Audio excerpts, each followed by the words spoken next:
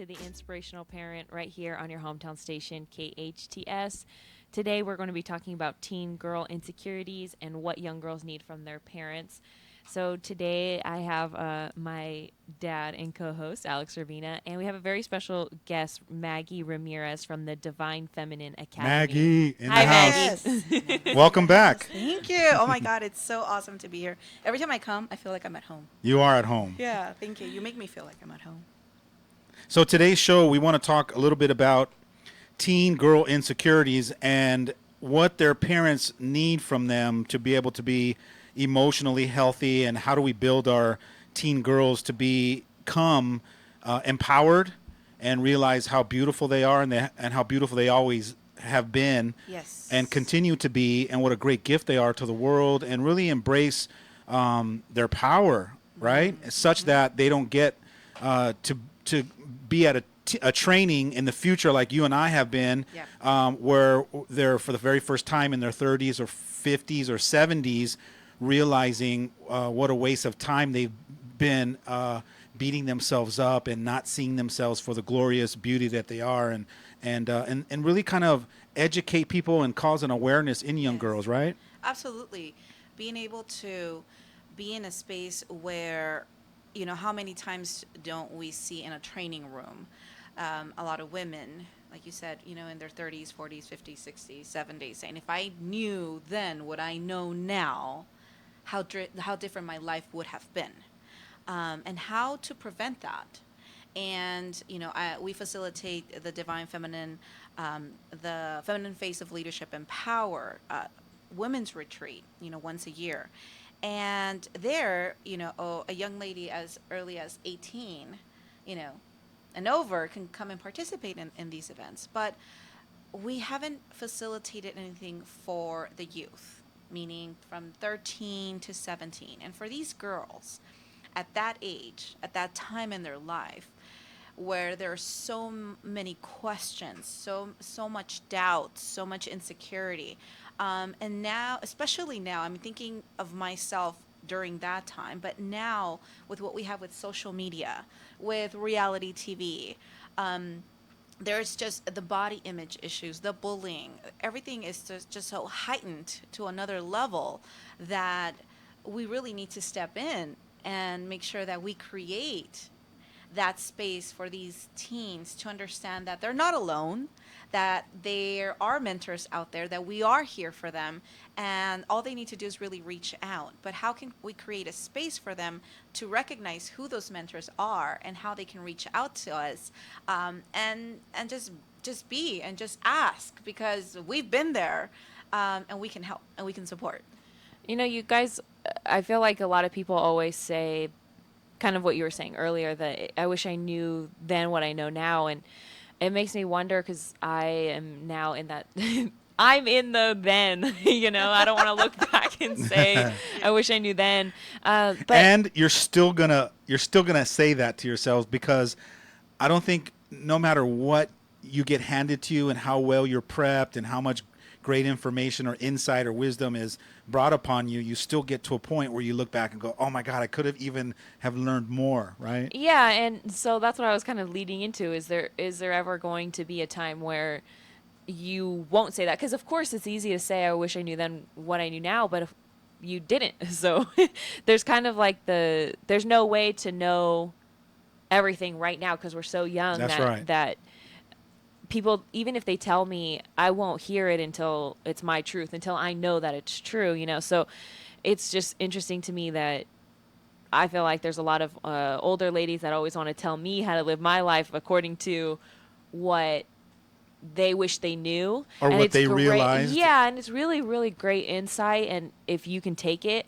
But a lot of the times, especially if it's coming from like your mom or your grandma or someone, and there's always the, okay, but I'm not you, so and it gets a little bit complicated. But see how funny is it that your mom will tell you one thing, and someone, a stranger, mentor, will tell you the same thing, and you'll be like, yeah. But your mom's been telling you that, but you don't listen, because we grow up and we're just like, we put like these, barriers or Like earmuffs. Earmuffs. Yeah, you totally took the word. It's like earmuffs. Well, I was like, our we parents get are parent like, deaf. We yeah, get parent deaf. you Yeah. do.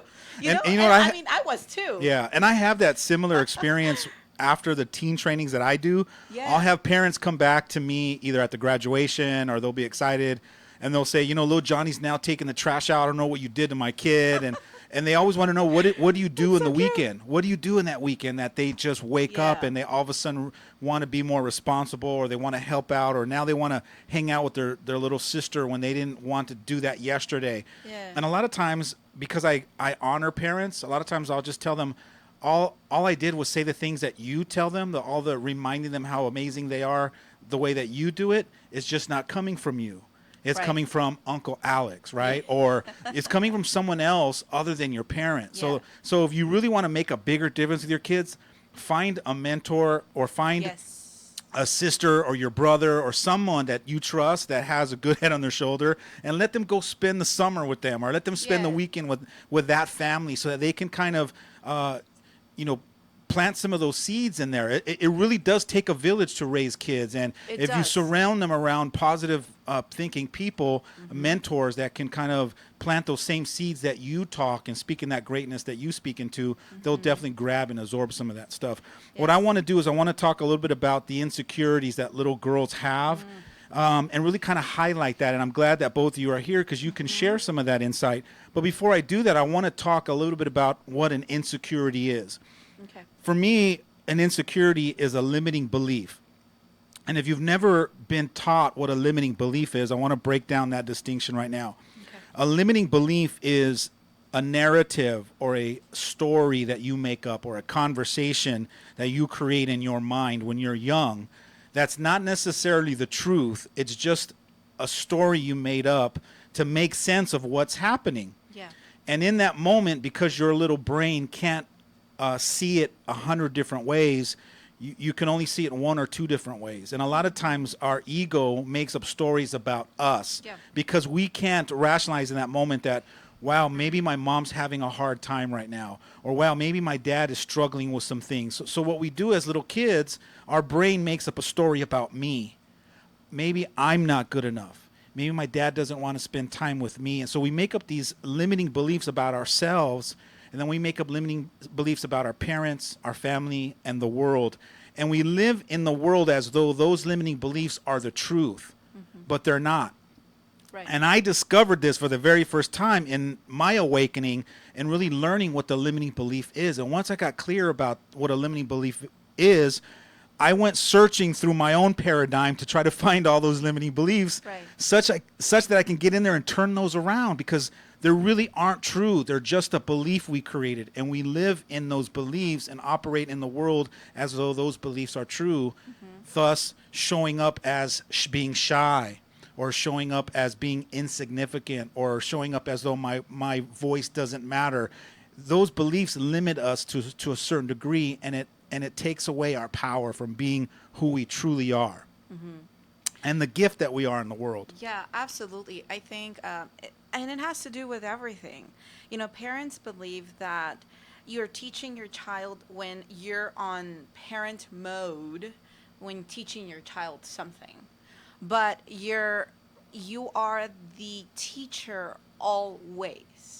All the time. So whatever it is that you're doing, consciously or unconsciously, not in the parent mode of teaching a child, but when you're doing whatever it is or having a conversation, whether it's on the phone with somebody else and the child is listening, you're teaching, no matter what. So you always get to be conscious about what you're doing, how you're behaving, how you're moving, how you're acting around your child as a conscious parent, so that you're teaching your child the best that you can be. So it's always coming from the place of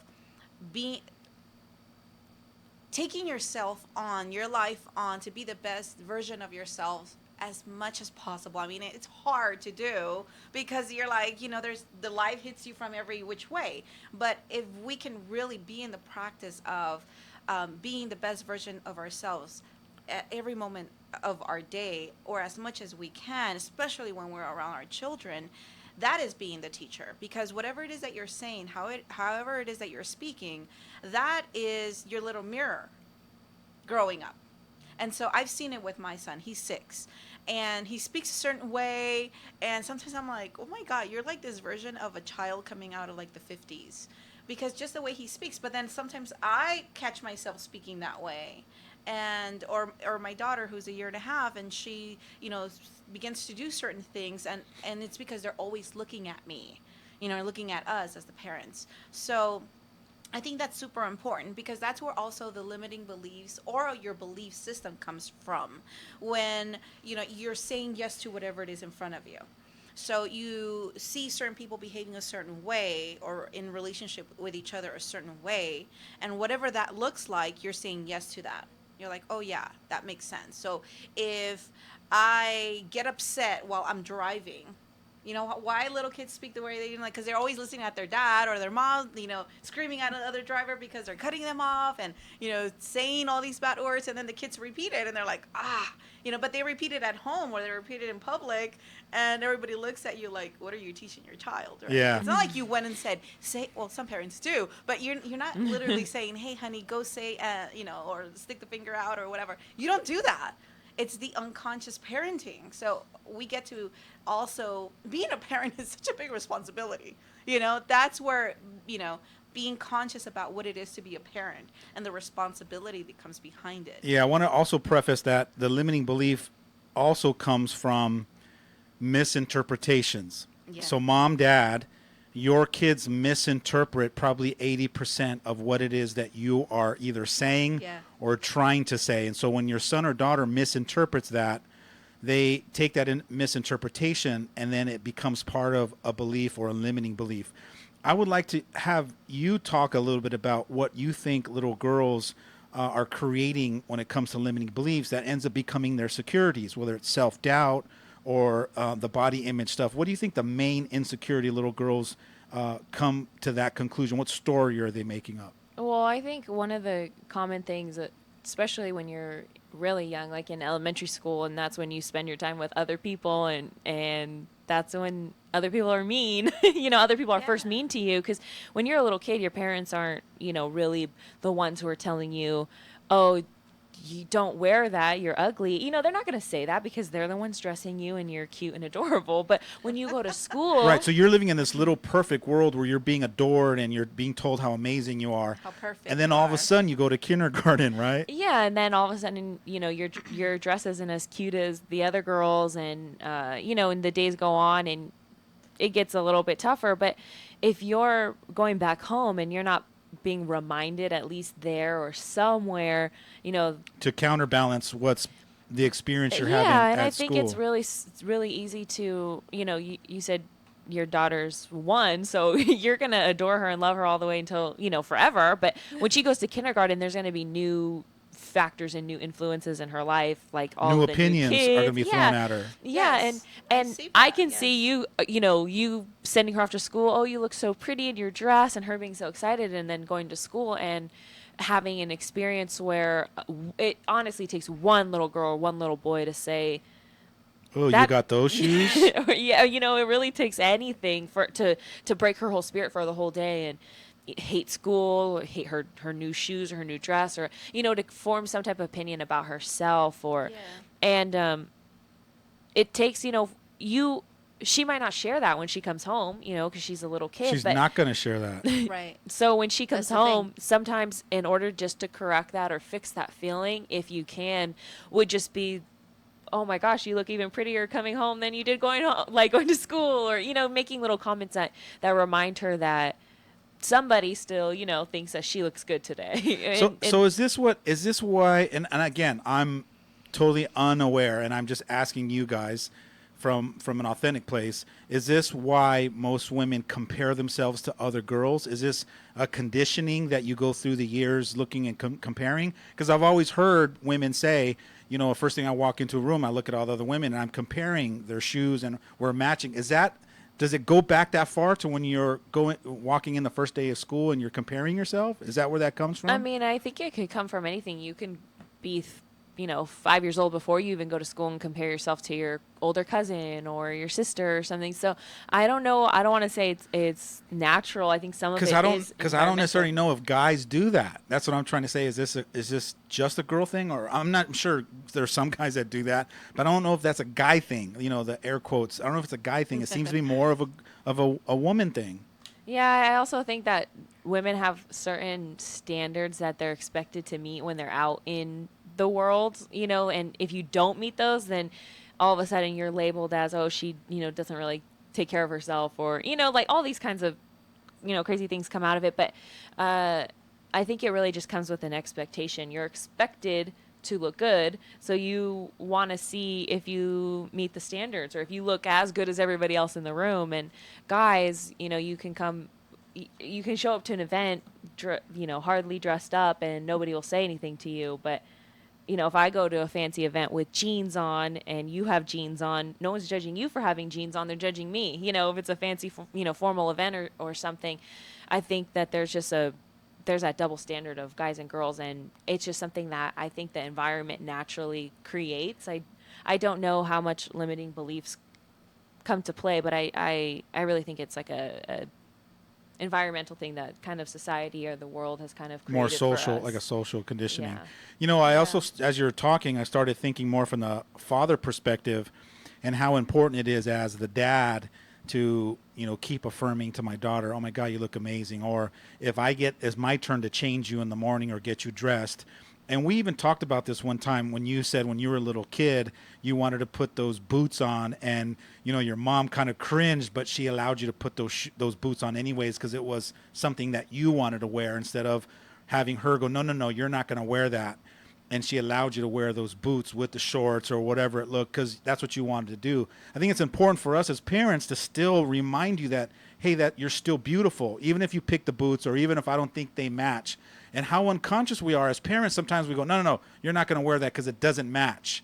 Instead of going, no, that looks beautiful, and seeing beauty in everything that you do. Mm-hmm. When we're unaware of that we don't realize that we're starting our kids off early deciding and judging what's right and what's wrong and what's not good, right? Right. Well, I mean, I think it's very important, obviously, to always tell your children how much you love them and how perfect they are. Just the way they are, and they're gorgeous and they're beautiful, and how much you love them. I mean, that means the world, to our children.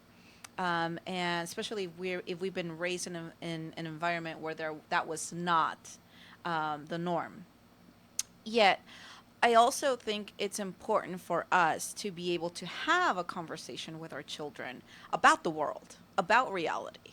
Because I can tell you how beautiful and gorgeous you are and then throw you out into the world and never tell you about that world That's that I'm right. throwing you We need into. to prep them. So that's super important. I mean, you can go out. You could be my 5-year-old daughter, and I tell you, you're gorgeous, you're so beautiful, you're the most beautiful girl in the world, and boom, I throw you into the world. And then you go out, and people say, you look funny, you look like a clown, I hate your dress, look at your shoes, blah blah blah, this, that, and the other. And then you come back to my home or our home, and I tell you, honey, you look even better than how you left. And you're gonna be like, shut up, mom, you're lying to me because I just came from the world and they told me That's right. otherwise. That's right. So then It didn't that's match up where- with what you're telling me. exactly. So who do I believe? Do I Exactly. believe my mom or the 7 or 8 friends that I'm trying to get approval from at school? Right. And I guess that kind of creates another limiting belief or something that backs up. Oh, my mom has to say that. Yeah, She's my you're mom. saying it because you have to say it because you're my mom. And how many kids don't say that? Yeah, you're just saying it because you're my mom. You have to love me, or And so whatever it is that we say, no matter how much we try to support them in whatever it is that they're going through, sometimes it is not enough for them because of the world that we're living in. And so being able to you know we can create like this bubble for them in this pink cloud world that everything's just so wonderful and everything's so great, and then reality is that when they do go into this world, it's not so pretty, and they're not prepared for that. And so then they get, then that's where the bullying comes from, because the bullying comes from you having a certain belief system about something, and then everyone going against that and telling you, no, no, no, it's not this, it's not that, you're not this, you're not that. And so being prepared for that and being like, oh, yeah, you're just saying that. My mom told me about you. I know who you are. You're a bully. And you're coming to me and you're trying to be making me feel bad because this, that, and the other, but you're just a bully. And I'm not going to believe you because I know what kind of person you are. My mom told me about you. So now they're walking out into the world as prepared I individuals. love that. Yeah, absolutely. Now the magic question is how many parents are actually aware of that, are committed to that, see the value of that, are conscious enough Yes. to even implement that in our 3-year-olds, our 4-year-olds, to prep them for the first day of kindergarten, and really kind of doing the counterbalance and reminding their kids that you are whole and complete, and your clothes don't define you, and your status doesn't define you, or where you live or the school or anything other than the beauty that you have inside of you. Now, where is that thin line, though? There is the thin line of, and not only kindergarten, it's like way before kindergarten, right? Like you're having this conversation with a child when they're 3.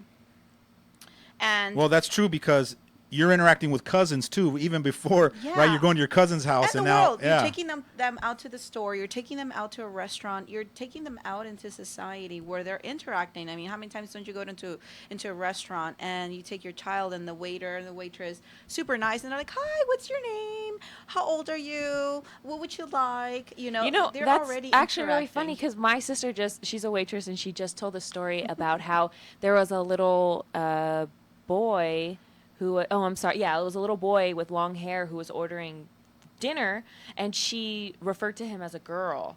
And she said, I felt so bad. I did it 2 times. I said, I called would her she she or her, and it was a boy, and the mom corrected me, and I did it again. So something like that, the waitress just interacting with you could be, and that was really just an honest mistake, and I'm sure they Right. do it all the time, or Right. it happens. But as a parent, you also kind of have to know, okay, if I'm going to let my son have long hair and, maybe that's a possibility that something like that could happen. Is that something that you as the parent prep your son for? Of course. Because then it kind of comes off as a little bit like maybe you're the one pushing No, it's beliefs simply, onto them. let me let you know what the world is. And then you choose. Do you want to have long hair? This is what's out there. For example, me and my son. Okay, I remember when he was a baby, and I would see other parents, and I saw this one time I was walking out of a store and I was going to the car, and he was a baby, so he was in the stroller, and this woman was getting her child out of her car, and she opened up the car, and the little boy, he was probably like 2.5 or 3, just like sprinted out, shoom, into the street. And I was like, right? And that's when I understood, oh my God, like those little baby leashes, like backpacks with the little leash on it. Like I was like, that makes sense to me right now. Because it's like I would have that little thing on, and so as soon as I open the door and he's sprinting, I'm like, I grab it. Because I mean, do you have to have your little son or child in the leash, or do you want them ran over by a car? And some people don't understand that, because they're not present to what the possibilities or the world that we live in. Another thing is, they can't, I'm not sure if you've seen on the news where that woman here, I think it was in Victorville. She was in a store, and she had her baby, and she had a little boy in her hand, and somebody just walked in and pulled the child out of the store. And so, like, she ran out, and she was able to get her son back. That's reality. That's the world we live in. And so, why are those women targeted? Because they have a child, and they already have their hands tied with something, so it's easy to pull the other child, right? This is the world we live in. We have to see what reality is, and so moms need to be extra careful.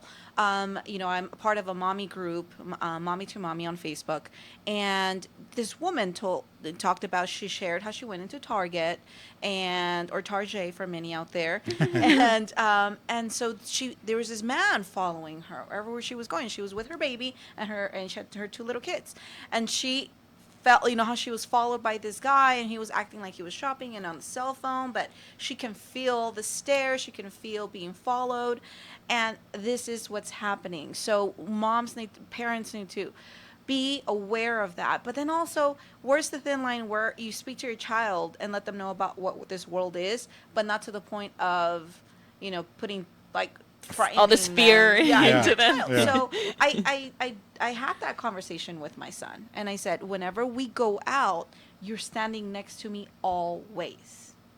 You're not behind me. You're not in front of me, because I have my other one. So I have my little a 1.5-year-old, and I have him. That could happen to me. So I get to have that conversation with him, because if I don't have that conversation, then he thinks he goes out into this world where everyone is just, just rainbows and pink clouds and cotton candy, and he can be this friendly little kid that walks and talks to anyone, strangers. And so it's having that conversation and letting them know, look, there are bad. And he's like, well, do bad guys only come out at night? No. I think what's important is just the conversation. Let's start having more conversations. Yes. Yeah. We have to take a quick break, but stay tuned for more of the Inspirational Parent right here on your hometown station, KHTS. The best live theater can be found right here in the Santa Clarita Valley. The Canyon Theater Guild has been entertaining audiences for decades with top-quality musicals and plays. Located in Old Town Newhall, the CTG also offers workshops for the young actor in your family. For more information, call the box office at 799-2702 or go to canyontheater.org.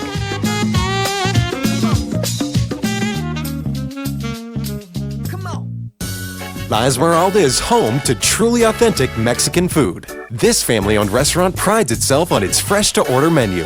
Even the tortillas are made in-house. If you have a taste for sizzling fajitas, menudo, flautas, or ceviche, you have to try La Esmeralda's Mexican and Seafood Restaurant. Dine in or order out for the most authentic Mexican food Santa Clarita has to offer.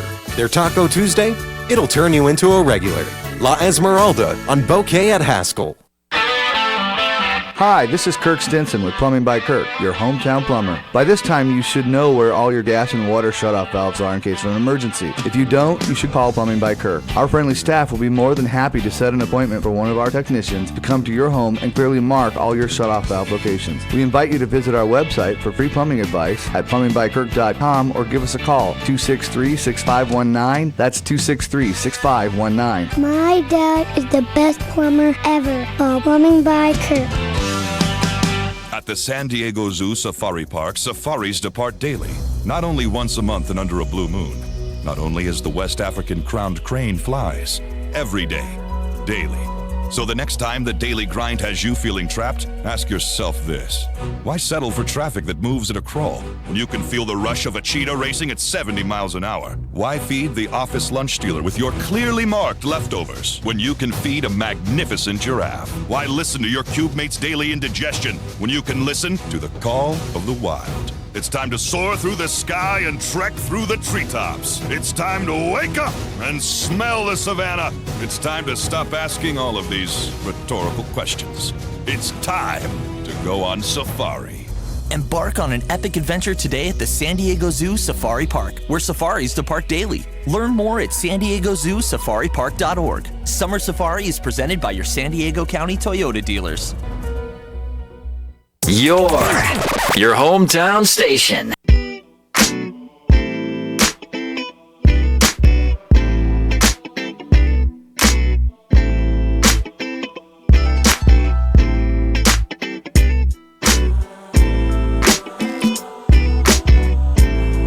Welcome back. You're listening to the Inspirational Parent right here on your hometown station, KHTS. Today we have Maggie Ramirez from the Devine Feminine Academy in the studio with us. Hi, Maggie. Hola, hola. Today we're talking about teen girl insecurities and what those young girls need from their parents. The first segment, we kind of talked about the really young girls, going into elementary school and being out in the world. But I want to kind of focus in on the teen girls because they're the ones that some of the stuff that goes on in their lives is really make or break for the rest of their life. And I don't know what new factors come into their lives that make it so, but I I mean, I blame everything on school.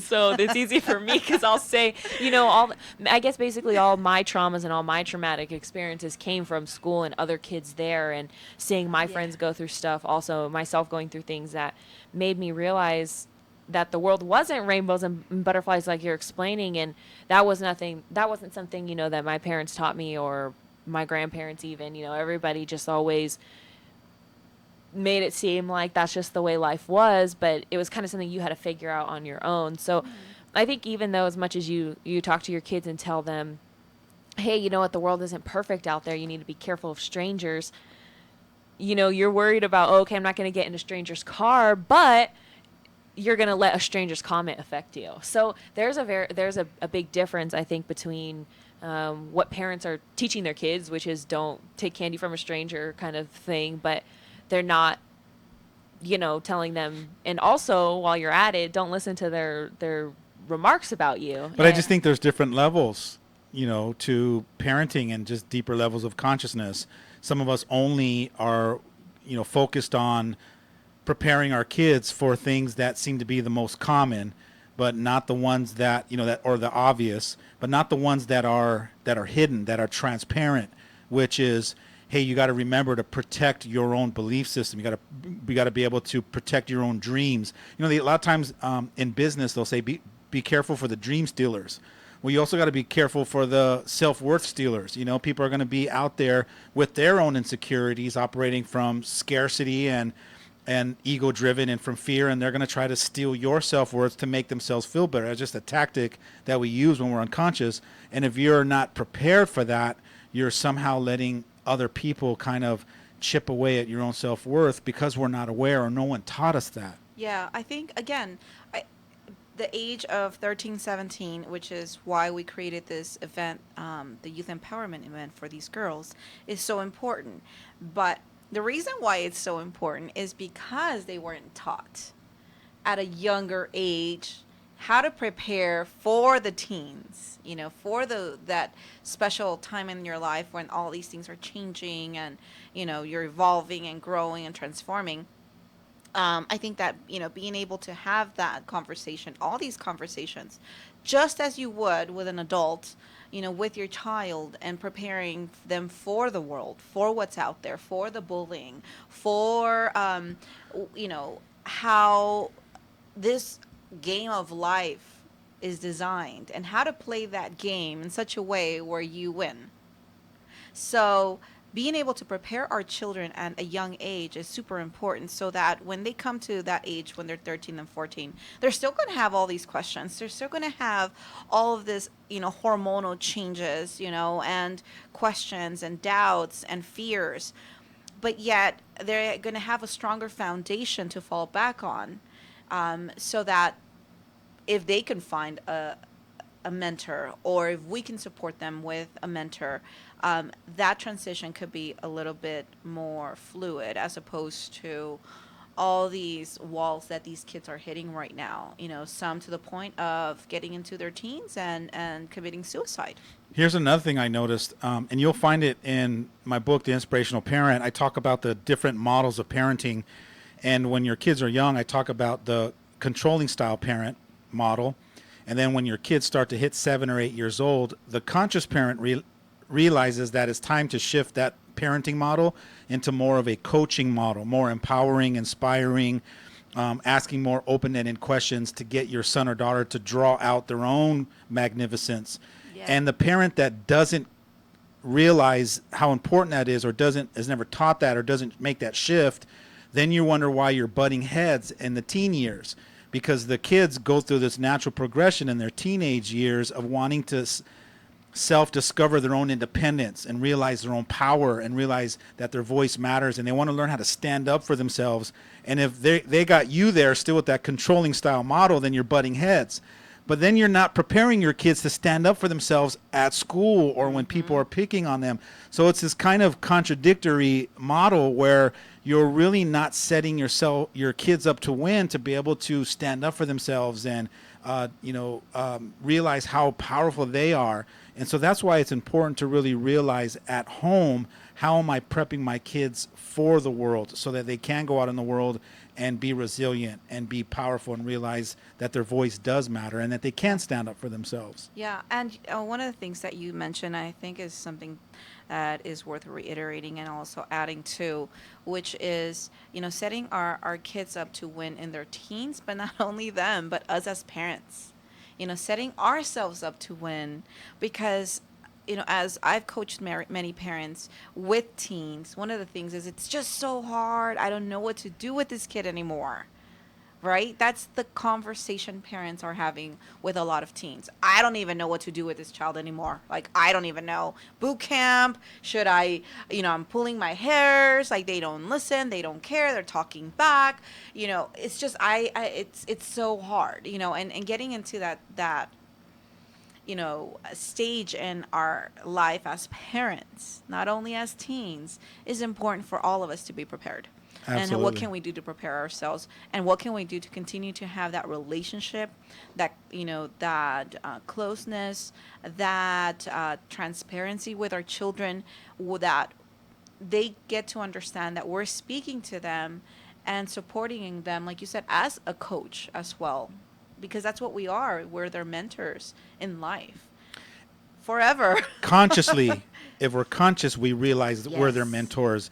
If we're unconscious, we just rely on the model of the controlling style parent that we started off with. Yes. And we stick to that all the way into their That's 40s, all we 50s, know. and 60s. Yeah, it's just what worked for us when they were 1 year old. Yeah. But that model and the world is evolving. Everything keeps evolving, and so does the kid.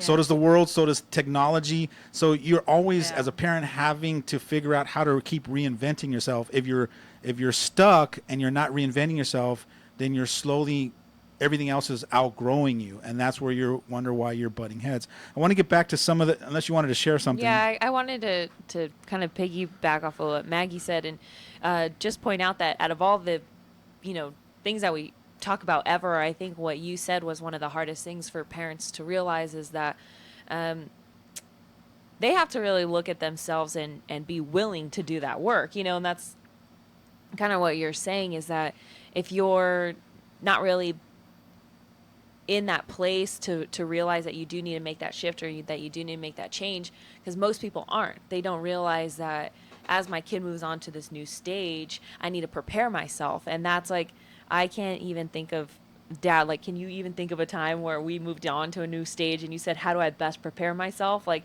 my kid's about to leave for college. How am I going to prepare? My kid's about to enter junior high. Oh my God, I remember how scary that was. Let me prepare. Like, do you really ever, as a parent, sit back and reflect on that time and really put in that effort? Like, it's a huge commitment too. So I really don't blame parents who don't do that. But guys, like,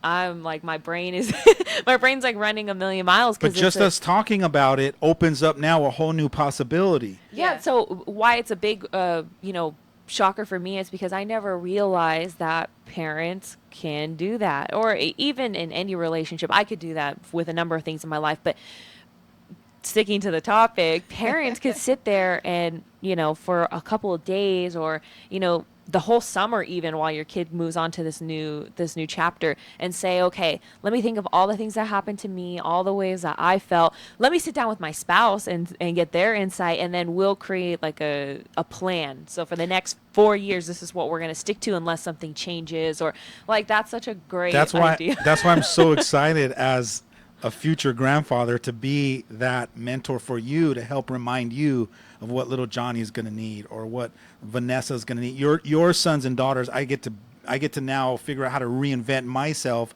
such that I'm reminding you and us collectively, let's sit down and let's prep him or prep her so that they win, and so that they go out there and that they're aware of all that kind of stuff. I want to talk a little bit more about the insecurities. So what I did was I pulled up some information from the internet, and I found this study. It was a report on the State of Self-Esteem Commission in June 2008. And it says that 7 in 10 girls believe they're not good enough or do not measure up in some way, including their looks, performance in school, and relationships with friends and family members.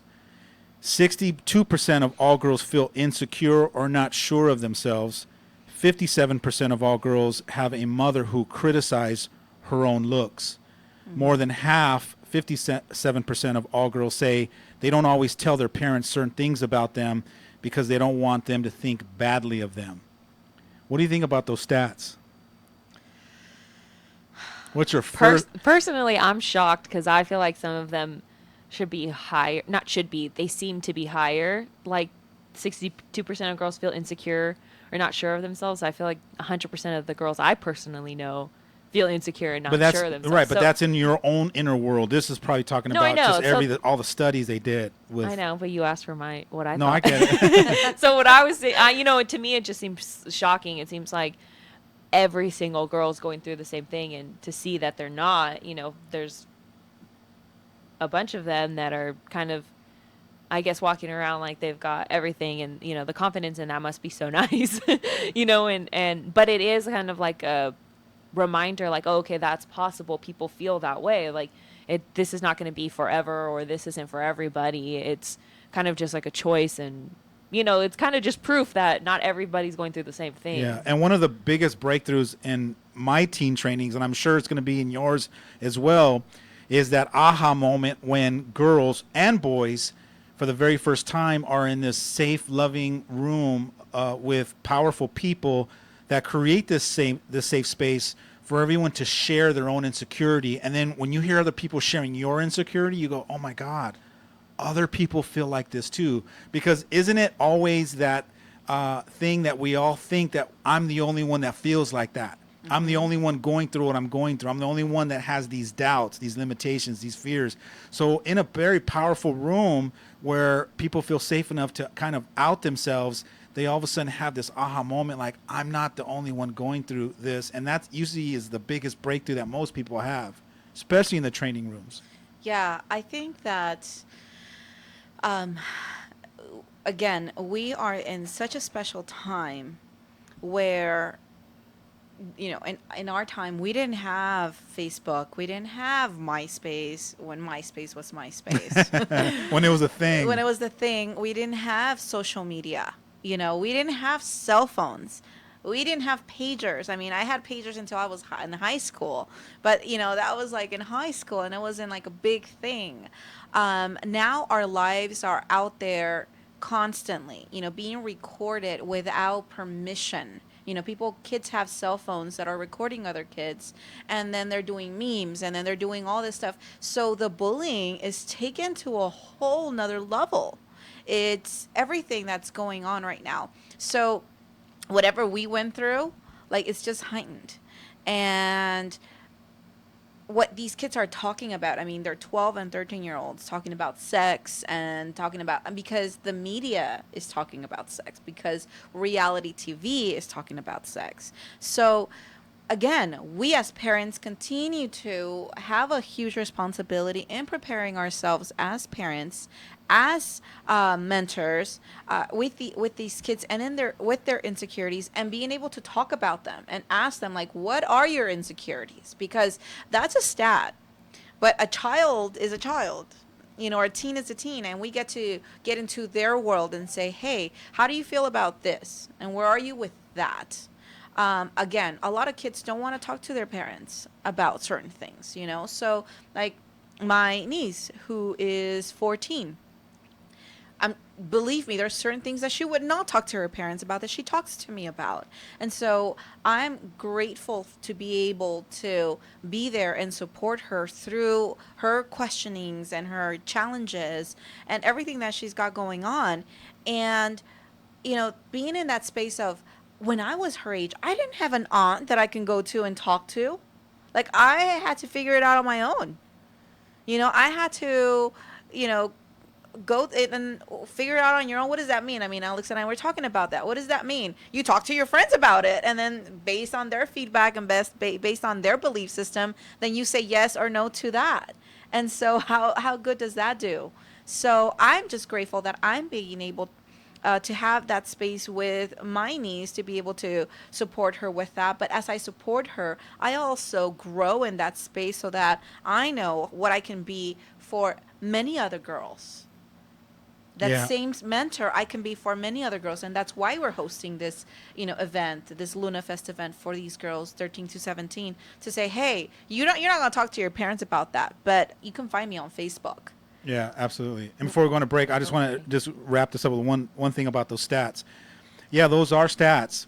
However, those stats are important so that it wakes me up to realize what's really going on, so that I stop living in the illusion that my daughter's okay. Yeah. No, my son's okay. No, the stats are taken so that they can become a wake-up call for you to realize that I got to sit down with them and ask them specifically, hey, I read this stat. Exactly. That's exactly what I was Is thinking. it true? And if it is, what are your insecurities so we can talk about them? It's a starting point. Absolutely. We have to take a quick break, but stay tuned for more of the Inspirational Parent right here on your hometown station, KHTS.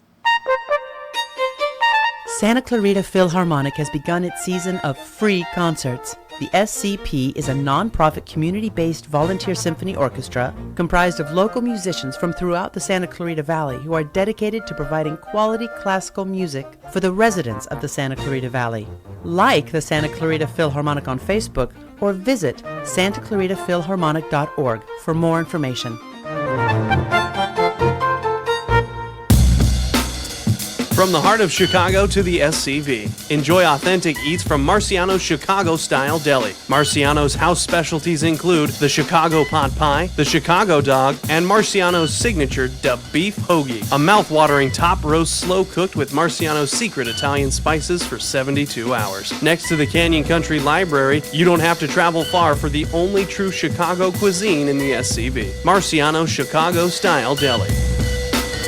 Titanic at the Reagan Library. The all-new exhibition. Real artifacts from real passengers are united for the first time in over a century. Hear their stories. Learn about the top secret U.S. naval mission that led to the discovery of the Titanic in 1985. See props, sets, and costumes from the blockbuster Titanic movie. And even see the first submersible that ever explored Titanic's wreckage. Only at the Reagan Library. For tickets, prices, and more information, visit reaganlibrary.com. KHTS.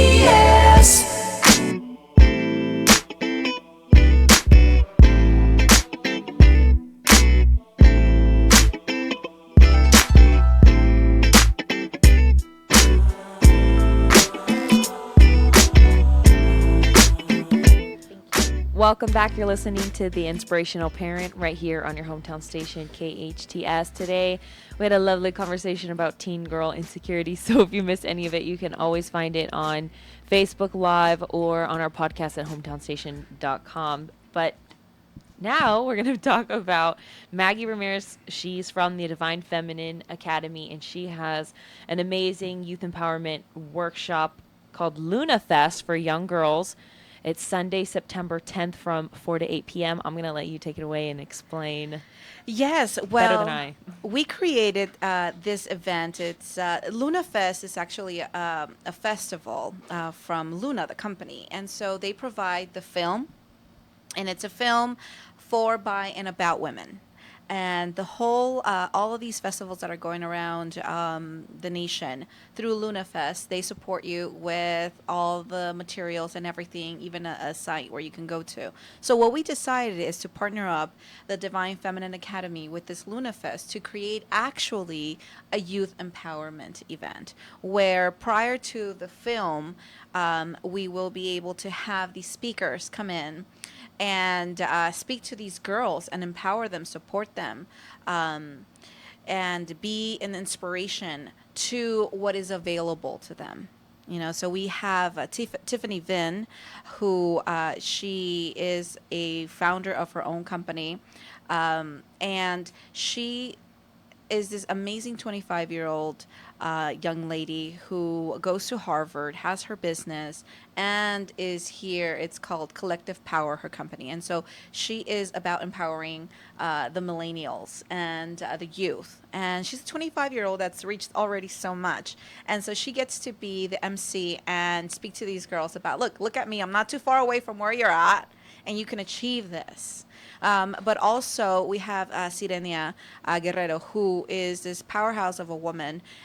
She's been a TV host, a radio host since the early age of like 18. And she does motivational speaking events.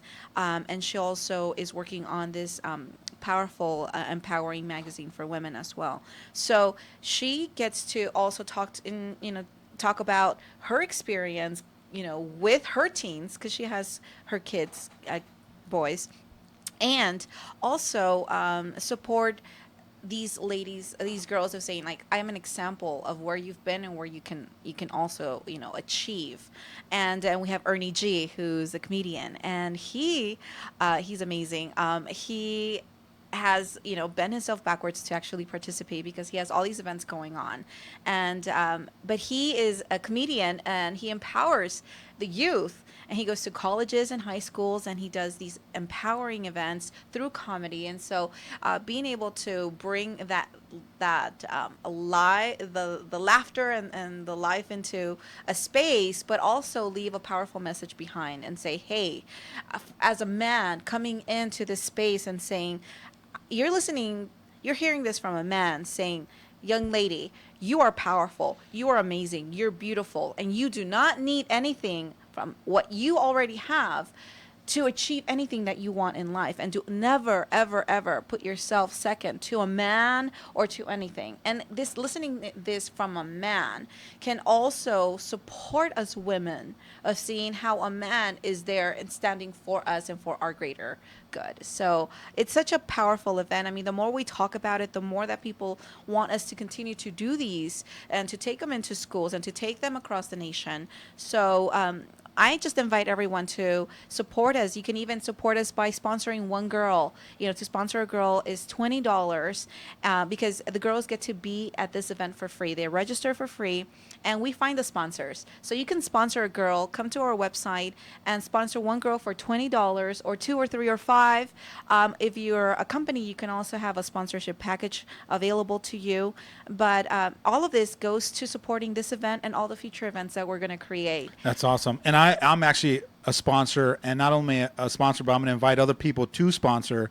But I'm not only a sponsor, but I'm also an endorser. So I endorse the program. I endorse what you guys are up to. Thank you and there's so not many much. programs that I do endorse. So this is one of them. And for all the parents that have ever, trusted me and have been a part of my trainings and have their kids go through it, and that you've always asked me what's next and where do I go next. This is another one of those next. So you have to keep plugging your kids in because one wake-up call is not good enough. We have to keep waking them up. I always tell them your kids should be jumping in trainings every 3 to 6 months. You got to keep doing it. You got to keep waking them up. So this is it, and I'm so glad that you guys did that, and I support you guys. So thank you. Yeah, I mean, that means the world to us, Alex. I mean, you're so amazing. You're such a transformational trainer, and thank you so much for having me. Thanks for being here. Thank you so much for joining us today on the Inspirational Parent. We're here every Friday from 12 to 1 p.m. right here on your hometown station, KHTS.